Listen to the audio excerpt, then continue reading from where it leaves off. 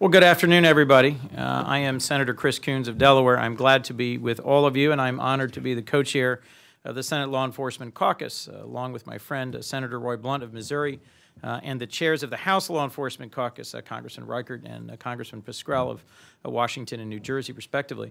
Along with our 24 colleagues in the caucus, we advocate for policies and programs to keep our community safe and to help law enforcement agencies carry out their missions. We'd like to welcome, we have some additional guests today from the Department of Justice, from the Bureau of Justice Assistance, the Office of Justice Programs, and including the National Institute of Justice Director, Dr. John Laub. And I understand these folks are also available to answer questions after the panel's presentation. It is particularly timely and important that we gather here today during National Police Week. As some of you know, in my former life, I was a county executive responsible in part for a police force of 364 sworn courageous public servants who worked hard every day to make our community a better place to live. And I am grateful for the support and partnership of my former county chief of police, Mike McGowan, who's now my Newcastle County director and is here with me today as well.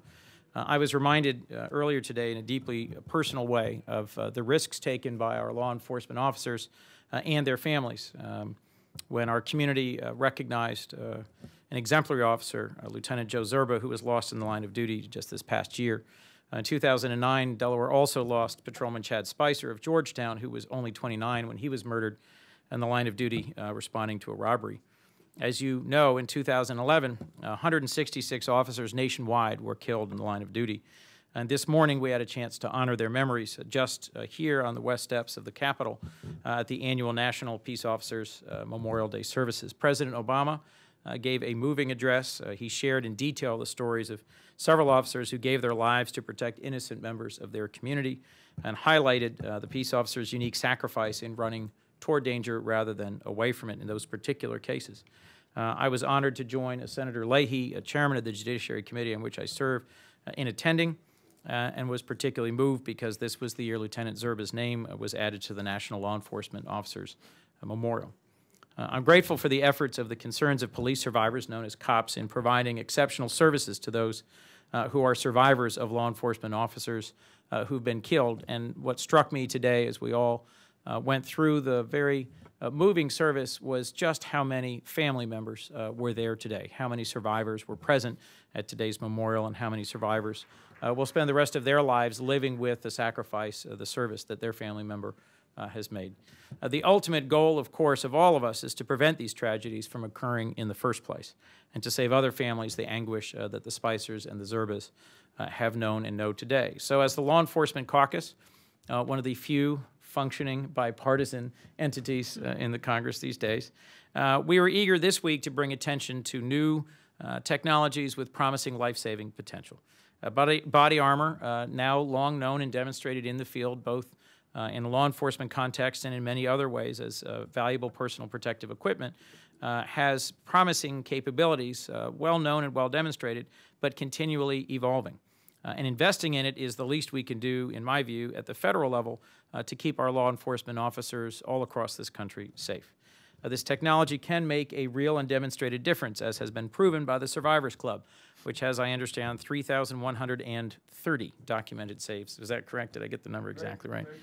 3,130 lives saved as the result of wearing body armor during violent incidents. And to keep saving lives, in my view, ongoing federal involvement is essential, especially for those officers who work in smaller communities, where the assessment and purchase and deployment of life-saving modern body armor can be prohibitively expensive.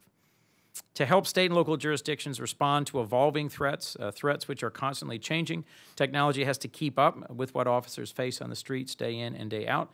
This includes new and more dangerous rounds and evolving threats from terrorism and drug-related incidents. We also now understand the critical need to distinguish between bullet-resistant and stab-resistant threats, which can mean the difference between life and death in different law enforcement settings.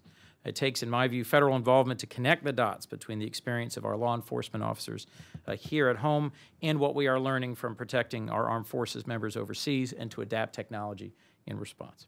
As the panel will discuss today, delivering body armor to the officers who need it requires collaboration between manufacturers, the National Institute of Justice, who examines the armor for efficacy, and the men and women of law enforcement who wear this each and every day. It's a continuing process that needs support and attention, And we have to address issues such as wearability and comfort for both males and females, and to update the vest to respond to new and dangerous threats in the street, as I mentioned.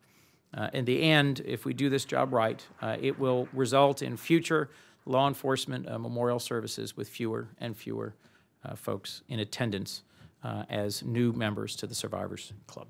It is now my pleasure to introduce our distinguished panel for today, beginning at my far right. I am thrilled. We're joined by my friend, Chief Jeffrey Horvath of the Lewis, Delaware Police Department. Chief Horvath serves as chairman of the Delaware Police Chiefs Council, and it's been a pleasure to work closely with him in my role here in the Law Enforcement Caucus. To his left, I'd like to welcome Officer John Abraham, who coordinates the Department of Safety for the Seattle Police Department. Officer Abraham has served with the Seattle Police Department for 25 years and has decades of experience with body armor research, and has made the additional sacrifice of taking a red-eye flight out and back in order to be with us today. Thank you, Officer Abraham. Chief Ron McBride, to his left, is retired after a full police career in Kentucky, Michigan, and Ohio. He's here representing the International Association of Chiefs of Police and the DuPont Kevlar Survivors Club. And then Stephanie Garlock, Director of Government Affairs for the National Sheriff's Association, joins us. We welcome her back to Capitol Hill. In a former life, she worked under Congressman and I understand also Judge Ted Poe of Texas. Was he a county judge, or was it before he was a federal judge? County judge. County judge. I love folks who are county judges or county executives. And finally, immediately to my right, Jeff Fackler, representing DuPont Protection Technologies. Jeff oversees DuPont's investment in research and development, deployment in the emergency apparel business, protecting firefighters, hazmat responders, and police officers with innovations, in particular in body armor. So I'd like to thank all 5 members of today's panel for being with me. If you'll forgive me, I have to go, but I know that the folks who are here are eager to hear from you, and I know this will be a constructive conversation among staff. And I appreciate, on behalf of the Law Enforcement Caucus in the Senate and the House, your investment of time, effort, and energy for all of us today. Thank you very much.